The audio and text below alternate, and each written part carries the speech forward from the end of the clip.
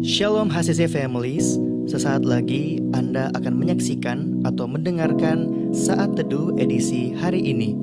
Mari persiapkan hati dan pikiran saudara untuk bersungguh-sungguh mengambil waktu, berdoa, dan menyembah Tuhan bersama-sama. Kami berdoa lewat Saat Teduh ini, saudara dikuatkan dan saudara diubahkan lewat firman Tuhan yang luar biasa. Mari siapkan hati saudara dan selamat menyaksikan. Ku cari wajah-Mu,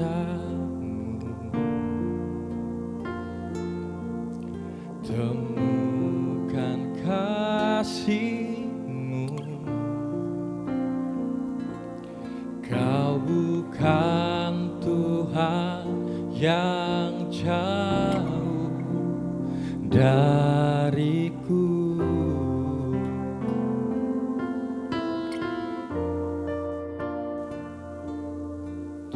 Ku panggil nama-Mu, ku dengar jawab-Mu. Kau Tuhan yang selalu dengar seruan hatiku. Sungguh indah Kau Tuhan, penuh kasih dan sayang. Kau tempat penghiburan bagi setiap hati yang terluka. Sungguh indah Kau Tuhan, menara perlindungan. Kau sumber kekuatan bagi setiap orang yang membutuhkan.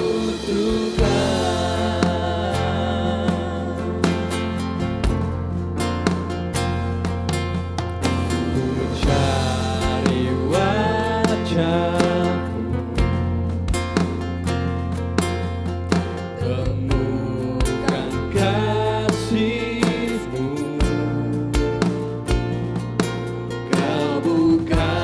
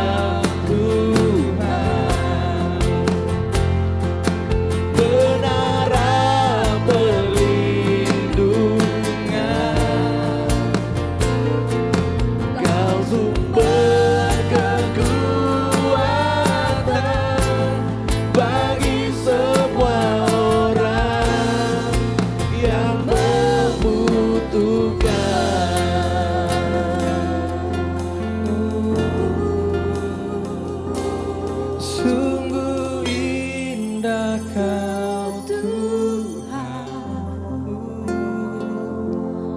penuh kasih dan sayang. Kau tempat penghiburan bagi setiap hati yang terluka.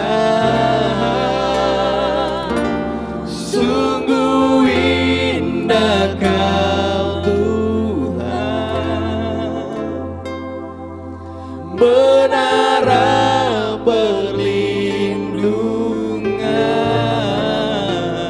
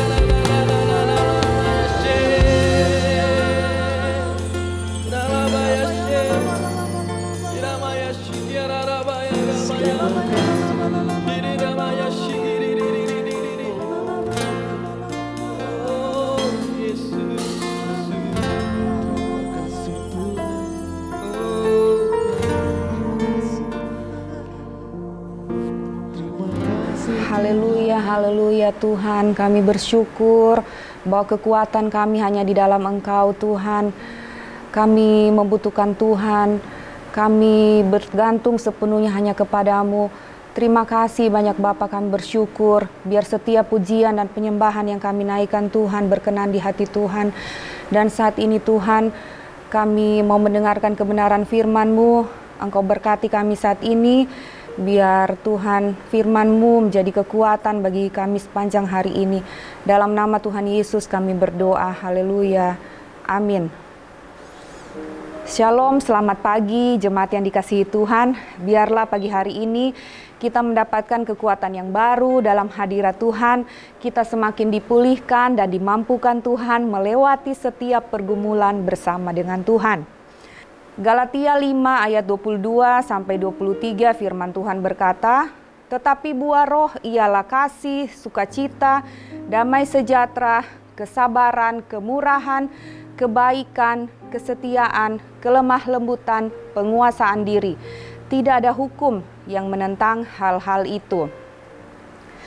Jemaat yang dikasihi Tuhan, penguasaan diri merupakan karakter yang sangat diperlukan oleh setiap orang dalam kehidupan.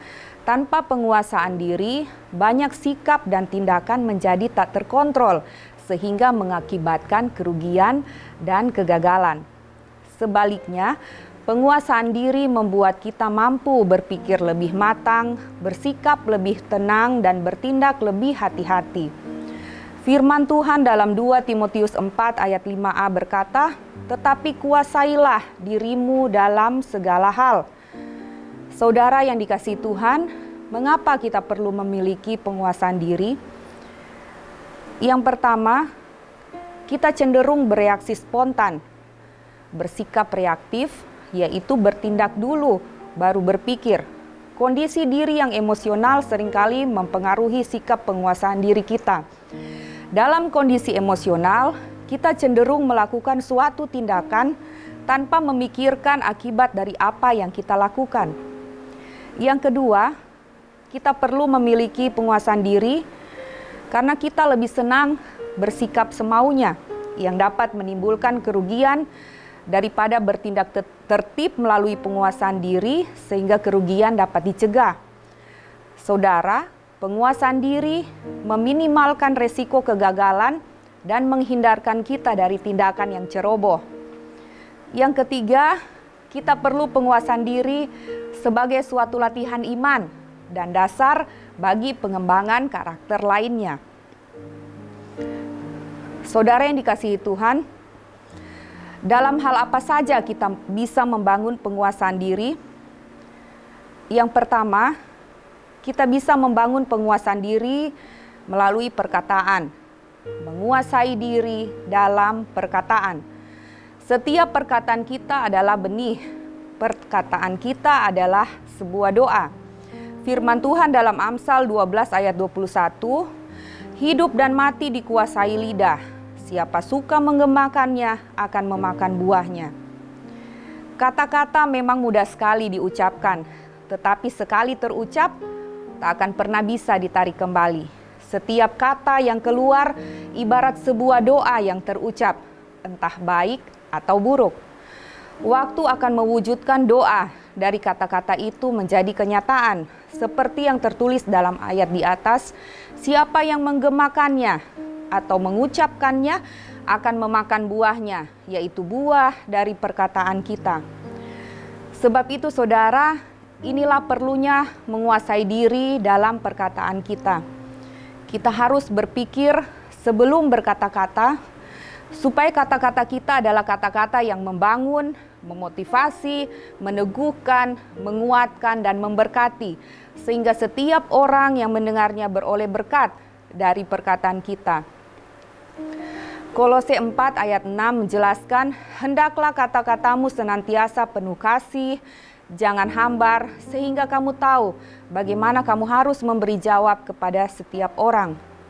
Jika saudara dan saya tidak bisa menguasai diri dalam perkataan, kata-kata kita cenderung melukai hati orang. Ketika kita menyadari bahwa kata-kata kita telah melukai, kita bisa saja meminta maaf. Tetapi maaf tidak menarik kembali. kata-kata kita. Bapak Ibu jemaat yang dikasihi Tuhan, saat ini di tangan saya ada paku dan kayu. Ketika paku ini saya tancapkan ke kayu, saya tusuk ke kayu, demikianlah ibaratnya perkataan kita yang menancap, yang menusuk di hati orang. Kemudian kalau paku ini saya cabut, Bapak Ibu jemaat Tuhan melihat bahwa di kayu ini ada lubangnya, bekas paku yang tertancap tadi. Demikianlah halnya kata-kata kita yang terucap, yang menancap di hati orang, sekalipun kita telah meminta maaf atas perkataan kita, namun lubang itu masih ada di hati orang yang kita lukai lewat perkataan kita. Oleh sebab itu, saudara, marilah kita menguasai diri dalam perkataan kita. Yang kedua, menguasai diri dalam keinginan dan perbuatan. Saudara, Tuhan menciptakan kita manusia dengan kehendak bebas.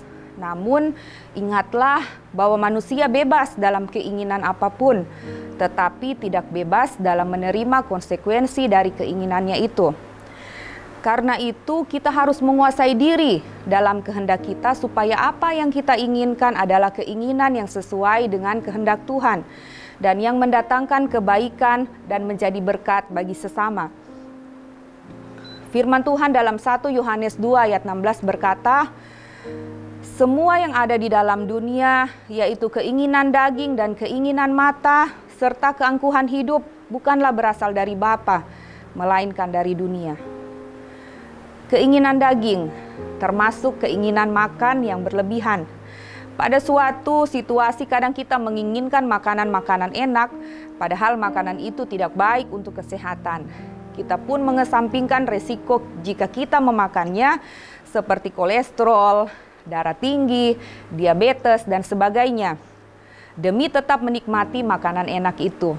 Di satu sisi kita berdoa kepada Tuhan, meminta kesehatan yang baik, tetapi di sisi yang lain kita tidak menguasai diri terhadap keinginan makan dengan tetap memakan makanan yang tidak sehat. Yang kedua, keinginan mata adalah keinginan-keinginan dosa yang timbul oleh karena melihat. Setelah melihat sesuatu, kemudian timbul dorongan untuk berpikir dosa dari dalam hati, apalagi pikiran itu disetujui dan diwujudkan dalam perbuatan dosa. Inilah keinginan mata yang dimaksud di Alkitab. Keinginan mata membawa dosa pertama-tama di pikiran kita, lalu di perbuatan kita. Dosa dalam pikiran yang tidak terlatih dalam pengendalian diri akan terus direnungkan, lalu berkembang hingga akhirnya membawa dosa perbuatan. Kemudian keangkuhan hidup adalah kesombongan, yaitu merasa lebih hebat dari yang lain dan gila hormat. Keangkuhan memandang orang lain rendah dan tidak menghargai orang lain. Ini termasuk keinginan untuk dipuji dan tidak mau kalah, yang pada dasarnya hal ini perlu dikendalikan.